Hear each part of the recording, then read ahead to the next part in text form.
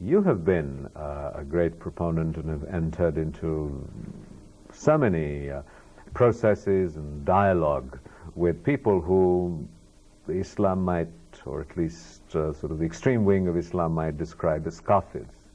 So what is your understanding of this notion of kafir, and what forms the basis of the Islamic dialogue with other faiths? Very good question.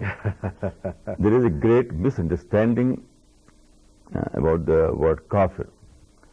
Literally, kafir means one who refuses. One who refuses. Inkar karne wala. So, but generally people take it as a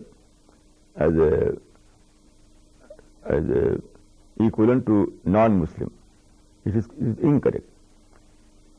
People generally think that who is not Muslim, he is a kafir. No, it is wrong. According to Islam, everyone is simply insan. Ya ayyuhan nas, ayyuhal insan. Hundred times Quran addresses people with this word, insan and nas. So everyone is basically insan. That's all. And if you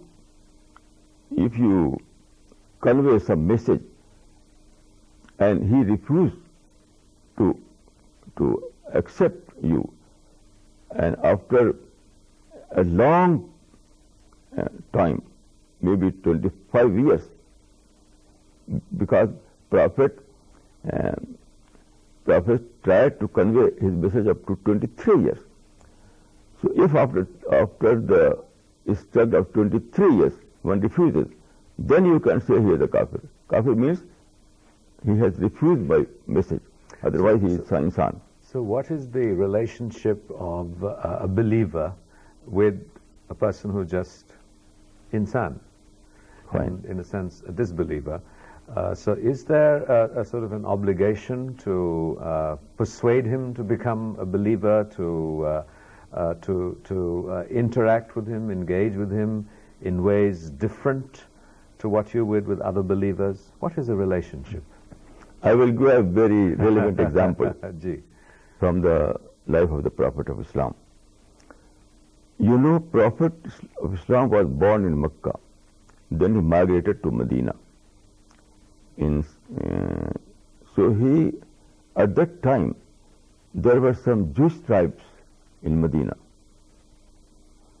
So what happened? One day, Prophet saw a funeral procession passing through a street in Medina.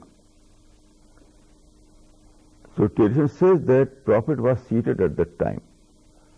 On seeing the funeral, he stood up in respect. So one of his companions said, "O Prophet, he was Jew, not a Muslim. He was a non-Muslim, not a Muslim."